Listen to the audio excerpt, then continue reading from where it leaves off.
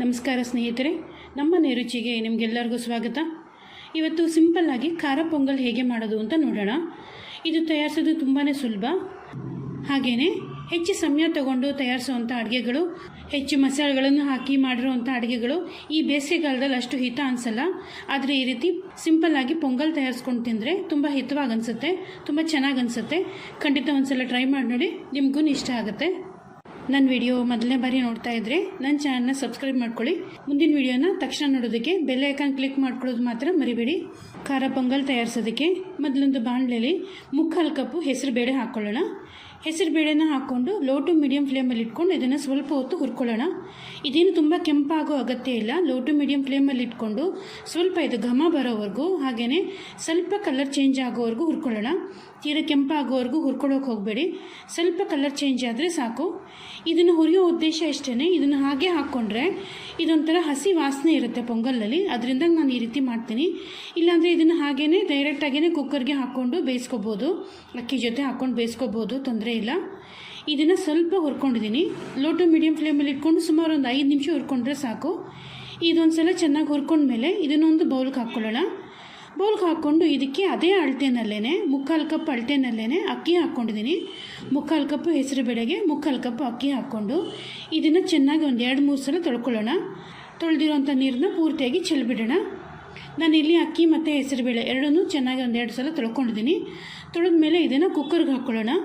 ಕುಕ್ಕರ್ಗೆ ಹಾಕ್ಕೊಂಡು ಇದಕ್ಕೆ ನೀರು ಹಾಕ್ಕೋಬೇಕು. ಈಗ ನೀರು ಅಷ್ಟೇ ಅದೇ ಪಾವಿನ ಅಳತೆನಲ್ಲಿ 7 ಪಾವು ನೀರು ಹಾಕ್ಕೊಂಡಿದ್ದೀನಿ ನಾನು. ಅಕ್ಕಿ ಮತ್ತು ಹೆಸರುಬೇಳೆ ಎರಡನ್ನೂ ಚೆನ್ನಾಗಿ ಬೇಯಬೇಕು, ಸಾಫ್ಟಾಗಿ ಮೃದುವಾಗಿ ಬೇಯಬೇಕು. ಪೊಂಗಲ್ ಆ ರೀತಿ ಇದ್ರೇ ಚೆನ್ನಾಗಿರುತ್ತೆ. ಅದರಿಂದ ನಾನು 7 ಪಾವು ನೀರು ಹಾಕ್ಕೊಂಡಿದ್ದೀನಿ. ನೀರು ಹಾಕ್ಕೊಂಡ್ಮೇಲೆ ಒಂದು ಸಲ ಚೆನ್ನಾಗಿ ಇದನ್ನು ಕಲಿಸ್ಕೊಳ್ಳೋಣ. ಇದಿಷ್ಟನ್ನು ಒಂದು ಸಲ ಚೆನ್ನಾಗಿ ಕಲಿಸ್ಕೊಂಡ್ಮೇಲೆ ಕುಕ್ಕರ್ ಮುಚ್ಚಿಬಿಟ್ಟು ಇದನ್ನು 2 ವಿಜಿಲ್ ಕೂಗಿಸ್ಕೊಳ್ಳೋಣ. ಕುಕ್ಕರ್ ಕೂಗಿ ತಣ್ಣಗಾಗೋದ್ರೊಳಗಡೆ ಇದಕ್ಕೆ ಬೇಕಾಗಿರೋಂಥ ಒಗ್ಗರಣೆ ತಯಾರಿಸ್ಕೊಳ್ಳೋಣ. ನಾನಿಲ್ಲಿ ಒಂದು ಪ್ಯಾನ್ಗೆ 3 ದೊಡ್ಡ ಚಮಚ ತುಪ್ಪ ಹಾಕ್ಕೋತೀನಿ. ಖಾರ ಪೊಂಗಲಾಗಲಿ ಸಿಹಿ ಪೊಂಗಲಾಗಲಿ ತುಪ್ಪ ಹಾಕಿದ್ರೇ ಟೇಸ್ಟ್ ಬರುತ್ತೆ, ಅದೇ ಚೆನ್ನಾಗಿರುತ್ತೆ. ನೀವು ಬೇಕಾದರೆ ಸ್ವಲ್ಪ ಎಣ್ಣೆ ಸಹ ಬಳಸ್ಬೋದು. ತುಪ್ಪ ಒಂಚೂರು ಬಿಸಿ ಆಗ್ತಾ ಇದ್ದಂಗೆ ಇದಕ್ಕೆ ಒಂದು ಹಿಡಿ ಗೋಡಂಬಿ ಹಾಕ್ಕೊಂಡು ಗೋಡಂಬಿನ ಸ್ವಲ್ಪ ಕೆಂಪಾಗೋ ರೀತಿ ಫ್ರೈ ಮಾಡ್ಕೊಳ್ಳೋಣ. ತುಂಬ ಕೆಂಪಾಗೋ ರೀತಿ ಫ್ರೈ ಮಾಡ್ಕೊಳ್ಳೋಕೆ ಹೋಗಬೇಡಿ. ನಾವು ಇದನ್ನು ತೆಗೆದಿಟ್ಕೊಳ್ಳಲ್ಲ, ಇದಕ್ಕೇ ಬೇರೆ ಸಾಮಗ್ರಿಗಳನ್ನು ಹಾಕ್ಕೊಂಡು ಒಗ್ಗರಣೆ ತಯಾರಿಸ್ಕೊಳ್ಳೋದು. ಇದೊಂದು ಚೂರು ಕಲರ್ ಚೇಂಜ್ ಆದರೆ ಸಾಕು. ಇದೊಂದು ಸ್ವಲ್ಪ ಕಲರ್ ಚೇಂಜ್ ಆಗ್ತಾ ಇದ್ದಂಗೆ ಇದಕ್ಕೆ 1 ದೊಡ್ಡ ಚಮಚ ಕಾಳು ಮೆಣಸು ಹಾಕ್ಕೊಳ್ಳೋಣ. 1 ದೊಡ್ಡ ಚಮಚ ಜೀರಿಗೆ ಹಾಕ್ಕೊಳ್ಳೋಣ. 8ರಿಂದ 10 ಹಸಿರು ಮೆಣಸಿನ್ಕಾಯಿನ ಈ ರೀತಿ ಉದ್ದುದ್ದಕ್ಕೆ ಹಚ್ಚಿ ಹಾಕ್ಕೊಳ್ಳೋಣ. ನೀವು ಬೇಕಾದ್ರೆ ಸಣ್ಣದಾಗೂ ಹಚ್ಚಿ ಹಾಕ್ಕೋಬೋದು, ಏನೂ ತೊಂದರೆ ಇಲ್ಲ. ಸ್ವಲ್ಪ ಕರಿಬೇವು ಹಾಕ್ಕೊಳ್ಳೋಣ. ಅರ್ಧ ಚಿಕ್ಕ ಚಮಚ ಅರಿಶಿನ ಹಾಕ್ಕೊಳ್ಳೋಣ.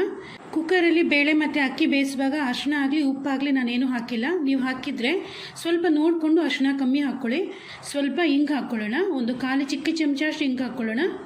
ಇದಿಷ್ಟು ಹಾಕ್ಕೊಂಡ್ಮೇಲೆ ಲೋ ಫ್ಲೇಮಲ್ಲೇ ಒಂದೇ 1 ನಿಮಿಷ ಇದನ್ನು ಫ್ರೈ ಮಾಡ್ಕೊಳ್ಳೋಣ. ಹೆಚ್ಚೊತ್ತೇನು ಫ್ರೈ ಮಾಡೋ ಅಗತ್ಯ ಇಲ್ಲ. ಲೋ ಫ್ಲೇಮಲ್ಲಿ 1 ನಿಮಿಷ ಫ್ರೈ ಮಾಡಿಕೊಂಡ್ರೆ ಸಾಕು. ಜೀರಿಗೆ ಮೆಣಸು ಯಾವುದು ಸೀದು ಹೋಗಬಾರ್ದು. ಈಗ ಇದಕ್ಕೆ ಅರ್ಧ ಕಪ್ಪು ಫ್ರೆಶ್ ಆಗಿ ತುರಿದಿರೋವಂಥ ತೆಂಗಿನ ತುರಿ ಹಾಕ್ಕೊಳ್ಳೋಣ. ತೆಂಗಿನ ತುರಿನೇ ಹಾಕ್ಕೊಳ್ಳಿ. ಕೊಬ್ಬರಿ ಹಾಕ್ಕೊಳ್ಳೋದಕ್ಕಿಂತ ತೆಂಗಿನ ತುರಿ ಹಾಕ್ಕೊಂಡ್ರೇ ಟೇಸ್ಟ್ ಚೆನ್ನಾಗಿರುತ್ತೆ.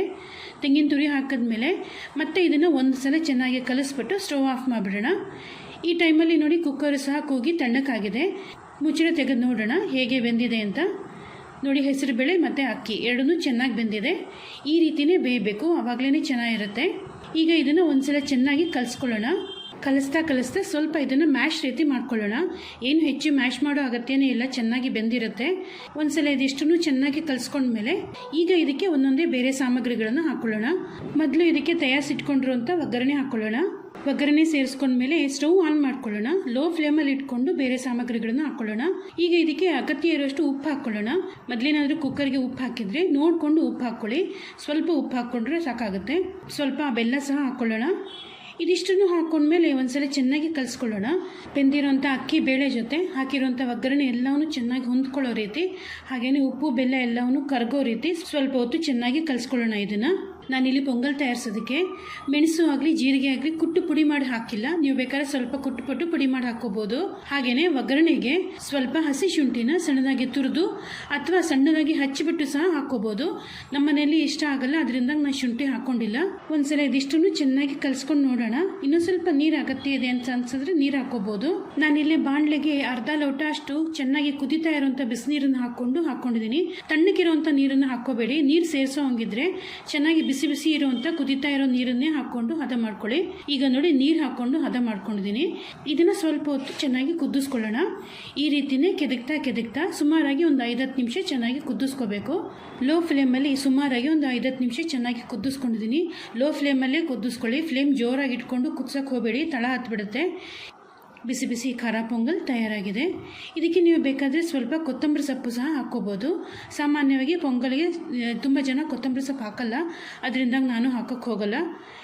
ಒಂದು ಸಲ ಖಾರ ಪೊಂಗಲ್ ತಯಾರಾದಮೇಲೆ ಇದನ್ನು ಒಂದು 2 ನಿಮಿಷ ತಣ್ಣಗಾಗಿಬಿಟ್ಬಿಡಿ. ತಣ್ಣಗಾದಮೇಲೆ ಇದನ್ನು ಬಿಸಿ ಬಿಸಿಯಾಗಿ ಸರ್ವ್ ಮಾಡಿ. ಈ ರೀತಿ ಬಿಸಿ ಬಿಸಿಯಾಗಿ ಖಾರ ಪೊಂಗಲ್ ಹಾಕ್ಕೊಂಡು ಮೇಲೆ ಸ್ವಲ್ಪ ತುಪ್ಪ, ಜೊತೆಗೆ ಒಂದು ಸ್ವಲ್ಪ ಗೊಜ್ಜು ಅಥವಾ ಉಪ್ಪಿನಕಾಯಿ ಇದ್ದರೆ ತುಂಬ ಚೆನ್ನಾಗಿರುತ್ತೆ.